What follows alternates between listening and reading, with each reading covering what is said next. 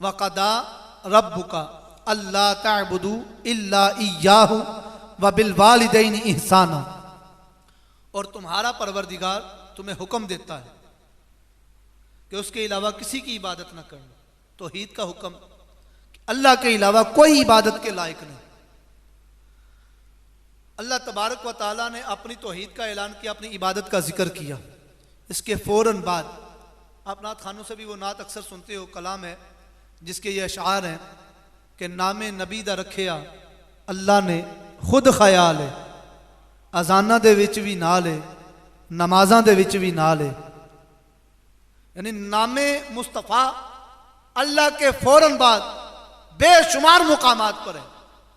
लेकिन ये कुरान क्या है जो मैं अर्ज कर रहा हूं, अल्लाह तबारक व तआला ने अपने जिक्र के फौरन बाद अपने नबी के अलावा, रसूलुल्लाह के अलावा, अपने हबीब के अलावा अगर किसी के जिक्र को पसंद किया है तो वो तेरे और मेरे वालिदैन हैं। वालिदैन के मुकाम को समझो।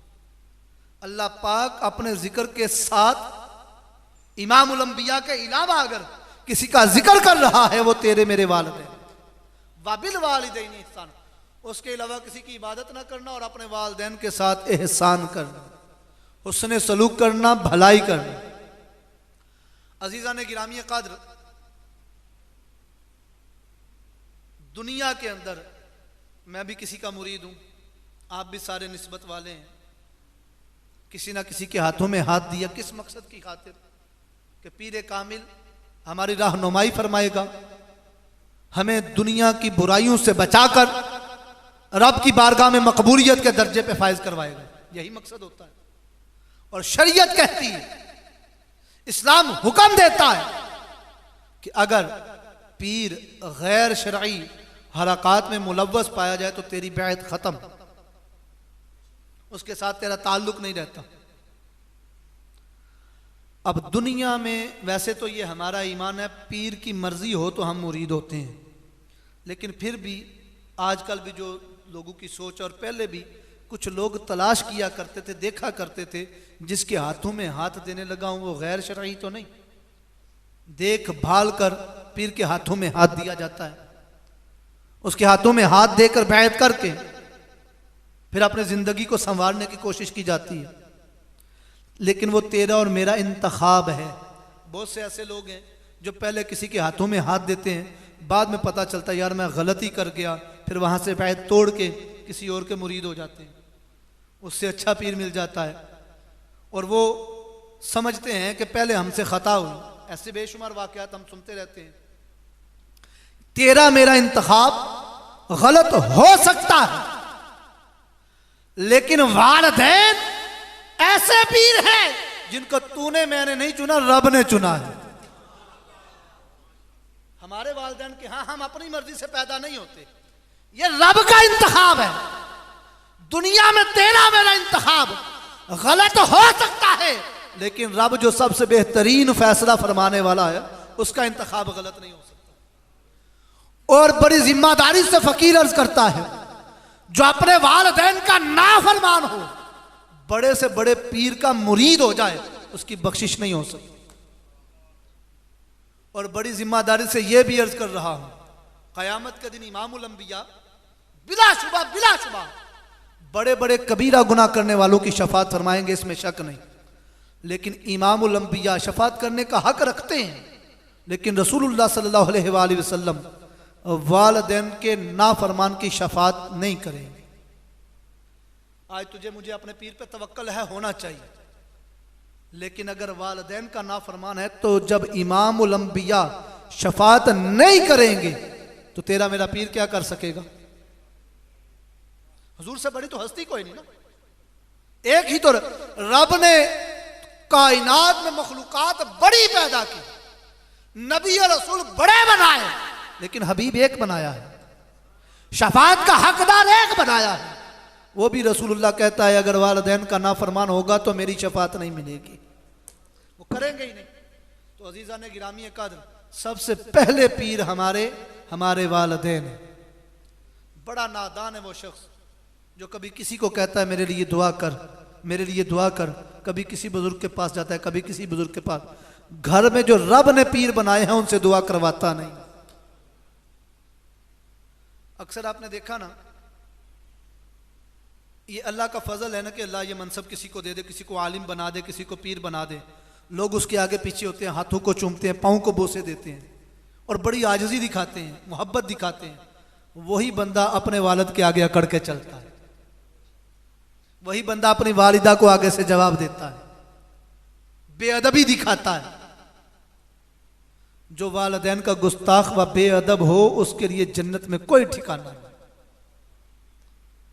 जन्नत उसका नसीब है जो वालिदैन का फरमा बरदार हो। बाज़ यहाँ पे ये हमारे माशरे में बात पाई जाती है कि नौजवान कहता है जी मैं क्या करूँ कि मेरे वालिद साहब जो हैं वो हमेशा झिड़कते रहते हैं, वालिदा झिड़कती रहती है, गालियाँ देते रहते हैं। तो रब ने हुक्म क्या दिया है, वबिल वालिदैनी इहसाना, अपने वालिदैन के साथ एहसान कर। एहसान किसे कहते हैं? अगर मैं आपके साथ अच्छा सलूक करूं, बदले में आप मेरे साथ अच्छा सलूक करें, ये आपने कोई एहसान किया है? वो तो भाई मैंने एक अच्छा पेश आया, आप भी अच्छा पेश आए, ये तो हुआ अदले का बदला। एहसान ये है सामने कोई बुरा पेश आए और तू अदब से पेश आ। तो रब ने ये तो कहा ही नहीं कि वालिदैन के साथ वैसा सलूक कर जैसा वो तेरे साथ कर रहे हैं। रब कहता है उनके साथ एहसान कर। फिर आगे जाकर रब हुक्म देता है उन पर इस तरह रहम कर जैसे तुझे उन्होंने बचपन में पाला। रब से ये दुआ कर, तू एहसान कर। यानी और यहां तक फकीर अर्ज करता है वालिदैन काफर भी हों, गैर मुस्लिम भी हों, तब भी तेरी मेरी जन्नत उनके कदमों तले है, उनकी फरमा बरदारी में। गैर शरी हरकत नहीं, उनकी बात नहीं माननी, उनके हुक्म पे लग के शरीयत के खिलाफ नहीं चलना। लेकिन रब क्या कहता है, उफ़िम वला तनहरहुमा, उफ तक नहीं कहना, उनको झिड़कना नहीं। और उलमा ने यहां तक लिखा है अगर वालिदैन कहे ना कि हमें, अगर काफिर हों वालिदैन और कहें कि हमें फुला जगह इबादत गाह में छोड़ा, तो छोड़ के नहीं आना।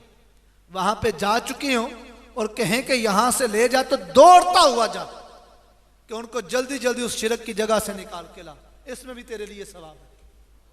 यानी वालिदैन अगर खुदा ना हास्ता गैर मुस्लिम भी हो तब भी तेरे लिए अदब की जगह है, तब भी तेरी मेरी जन्नत उनके कदमों तले। और बाबा फरीद क्या खूबसूरत बात लिख के गए।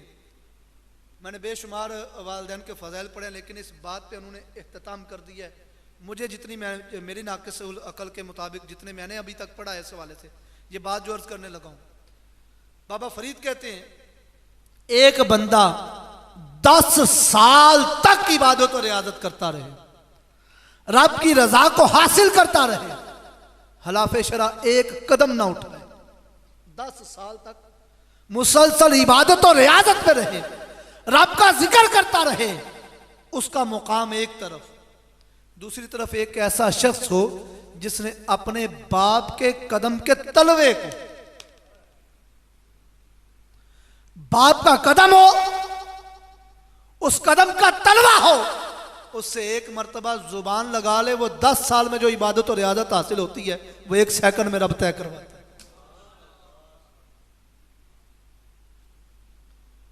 वो नसीब वाले हैं जिनके वालिदैन जिंदा हैं, जिनका वालिद जिंदा है। ये तो उनसे पूछो जिनका जा चुका है। आज बंदा लाखों करोड़ों रुपए लगाता है, लाखों रुपए लगाता है, हज करके आऊं, गुनाह धुल जाएंगे। रुपया लगाया, कहां से कमाया ये तो अल्लाह जानता है, हलाल का है फिर तो कमाल है। फिर मुशक्कत बर्दाश्त की, 40 दिन कम अज कम लगाए आने जाने में, तवाफ किया, सारे मुनासिक हज अदा किए।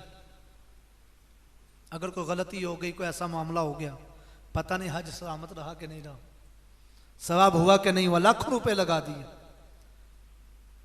अल्लाह जानता है, कबूल करे ना करे उसकी मर्जी, लेकिन कुर्बान जाऊं वालिदैन को मोहब्बत की निगाह से सिर्फ देखना है। वो हज अपनी जगह मुकाम का हामिल है, उसमें शक कोई नहीं, वो अलहदा मुकाम का हामिल है। लेकिन तेरा घर में हज पड़ा है और तू बाहर ढूंढता फिरता है, उसके लिए ये जरूरी नहीं। जब मैंने पहले अर्ज कर दिया वालिदैन काफिर भी हों तो जन्नत उनके कदमों तले है। फिर बंदा कह रहा है मेरा अब्बा तो नमाज भी नहीं पढ़ता, मेरी माँ तो नमाज भी नहीं पढ़ती। वो नहीं पढ़ते, उनका और रब का मामला है, लेकिन तेरी जन्नत उनके कदमों में ही है। अगर कोई जानना चाहता है मेरा रब मुझसे राजी है कि नहीं, तो एक आसान नुस्खा देने लगा हूं हदीस मुस्तफ़ा की रोशनी में, बड़ा आसान है। अगर देखना है रब राजी है या नाराज है, तो घर जाके देख, अगर बाप नाराज है तो रब नाराज है, अगर बाप राजी है तो यकीन रख खालिक कायनात भी तुझसे राजी है। अल्लाह ने अपनी रजा हमारे वालिद की रजा में रखी, और माँ बेशक उसके कदमों तले हमारी जन्नत है, और बेशुमार हादिस माँ की शान में। हमारी जन्नत हमारी माँ के कदमों तले है, लेकिन जो हमारी जन्नत है ना माँ, उसकी जन्नत हमारे बाप के कदमों तले है। जब तक वो हमारे बाप की फरमा बरदार नहीं होगी, उसको जन्नत नहीं मिल सकती।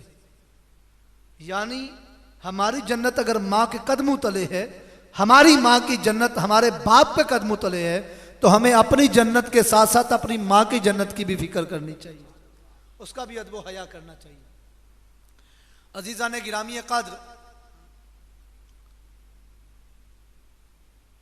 अल्लाह तबारक व तआला ने ये दो हस्तियां ऐसी हैं जिनको तुझे और मुझे दुनिया में आने का सबब बना दिया। हमारे पैदा होने से लेके हमारे जवान होने तक हमारी लिखाई पढ़ाई, खाना पीना, लिबास, रहन सहन, सब कुछ एहतमाम वालिदैन करते हैं, हमारी देखभाल करते हैं, हमें गर्मी सर्दी से बचाते रहते हैं, हर तरह का ख्याल करते हैं। और उनकी औलाद में एक औलाद हो, दो हों, चार हों, 10 हों, 12 हों, वो हमें पालते हैं। अकेला बाप घर की कफालत करता रहता है, हमारे लिए मुसीबतें बर्दाश्त करता है, लेकिन जब जवान होता है वही बच्चे जवान हो जाते हैं, तो वो 12 मिलके 2 को नहीं पाल सकते। आज अगर किसी का कोई छोटा बच्चा हो, जवानों का कोई छोटा बेटा हो, या आप गली मोहल्ले में देखते हो जो भी कवारे हो, वो भी इस तरफ गौर करो। छोटे बच्चे को देखो, हम भी उसके साथ खेलते हैं, कोई किसी का भी बच्चा हो तो तोतली जुबान में उससे बातें शुरू कर दी जाती हैं। और माँ बाप को सबसे ज्यादा औलाद सताती है, एक चीज के बारे में बार बार पूछते हैं, ये क्या है, ये क्या है, तो वो बार बार बताते हैं, और वो अकते नहीं, परेशान नहीं होते। एक बात 50 मरतबा बच्चा पूछे तो वो मुस्कुरा के बताते हैं। वही बाप अब बूढ़ा हो चुका, कुव्वत समात कमजोर हो चुकी, बिनाई कमजोर हो चुकी, बचपना उसकी तरफ लौट चुका, अकल अब उस तरह का शऊर नहीं रखती, अकल काम नहीं करती। बाप बेटे से पूछता है, बेटा ये क्या है, बेटा जवान है, एक मरतबा बेदिली से बता देता है, 2 मरतबा बता देता है, बिलाखिर करता है एक बार समझ नहीं जी आऊंगी, और अपना बचपना भूल जाता है। तो जब हम अपनी जन्नत को बार बार ताने देते रहें, तो वो खालिक के कायनात कैसे राजी हो। आज लोग ये देखते हैं, आज मेरा कारोबार नहीं है, आज मेरे साथ फलां मसला हो गया, फलां मसला हो गया, तो कभी हम ये गौर क्यों नहीं करते कि इसकी वजह यह है कि जिन्होंने मुझे पाला पोसा और इस काबिल बनाया, मैं उनका अदब हया नहीं कर पाया। कभी ये गौर नहीं किया कि अगर वो मुझे पढ़ाते ना, मेरी निगहदाश्त ना करते, मेरी परवरिश ना करते, मुझे ज़माने में रहने का तरीका सलीका ना सिखलाते, तो आज मुझे कौन जानता था। हमारे माशरे के अंदर जब भी हमसे पूछा जाता है, पूछते तू किसका बेटा है, ये सवाल होता है, तो हम उस वक़्त चाहे वालिद मजदूर हो, चाहे वक्त का ताजर हो, अमीर हो, गरीब हो, हम फ़ख्र से कहते हैं मेरा फलां वालिद है। हलाली के लिए ये छोटी बात नहीं होती। तो जो हमारी पहचान है, जिसकी वजह से हमारा नाम है, रिश्तेदार इज्जत करते हैं, ये फलां का बेटा है, मोहल्लेदार इज्जत करते हैं, ये फलां का बेटा है, तो जिसकी वजह से हमारी इज्जत है, हम उसी का नाम इज्जत से लेते हुए कतराते हैं। तो किस कदर नादानी की जिंदगी हम गुजार रहे हैं। वालिद और वालदा की शान अपनी जगह है, वो सारी आप सुनते रहते हैं। मेरी कोशिश यही होती है कि इस मामले के अंदर वो बातें की जाएं जो हमारे मुआशरे में पाई जा रही और इसकी ज़रूरत है। ये अगर बंदा 5 वक़्त का नमाजी हो, तहज्जुद गुजार हो, कुरान का हाफिज हो, दीन का आलिम हो, मुहद्दिस हो, मुफस्सिर हो, लेकिन वालिदैन का नाफरमान हो, सब लपेट के चेहरे पे मारा जाए। वालिदैन का अदब नहीं तो कुछ भी नसीब में नहीं है। ये खास रातें आती है ना, खसूसन शब बारात की, शब मेराज की और लैलतुल क़द्र की, ये रमज़ानुल मुबारक में आती हैं। ये ख़ास रातें जो आती हैं, आप इनमें जो इबादत करते हो और आप जानते हो इसमें इतने नफल पढ़ो तो इतना सवाब है, आज की रात इतने लोगों की बख्शिश है। वो जहाँ जहाँ पे अबवाब आते हैं ना हदीस के अंदर, जहाँ जहाँ पे जिक्र आता है कि इतने इतने अफ़आल करो, ये अमाल करो तो ये फजीलत है, ये फजीलत है, 7 वईदें भी और उनमें से एक वईद सब में कामिल है कि आज की रात वालिदैन के नाफरमान की बख्शिश नहीं होगी जब तक कि अपने वालिदैन को माफ़ी मांग के राज़ी न कर ले। रब की रज़ा इनकी रज़ा में है, रब की नाराज़गी इनकी नाराज़गी में। लाखों नवाफल पढ़ो, लाखों तस्बीहात करो, खैरात करो, सदका दो, लेकिन अगर माँ बाप का अदब नहीं तो निजात मुमकिन नहीं।